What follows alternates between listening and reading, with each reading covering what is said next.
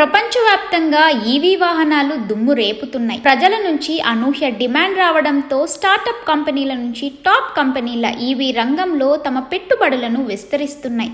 ఇటీవల కాలంలో top tech company అయిన యాపిల్ కూడా ఈవీ రంగంలోకి అడుగు పెట్టాలని ఎదురు చూస్తున్నట్లు పలు నివేదికలు వెల్లడిస్తున్నాయి.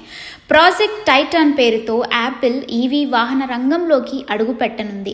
అయితే యాపిల్ టైటాన్కు సంబంధించిన ఈవీ కారు 2028లో విడుదలవుతుందని వార్తలు వెలువడుతున్నాయి.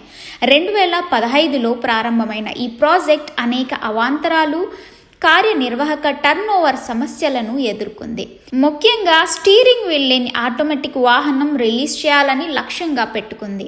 Apple vice president Kevin Lynch 2021 నుంచి ప్రాజెక్ట్ టైటాన్కు నాయకత్వం వహిస్తున్నారు. అతని మార్గదర్శకత్వంలో కంపెనీ ఎలక్ట్రిక్ వాహనం కోసం దాని దృష్టి దారించింది.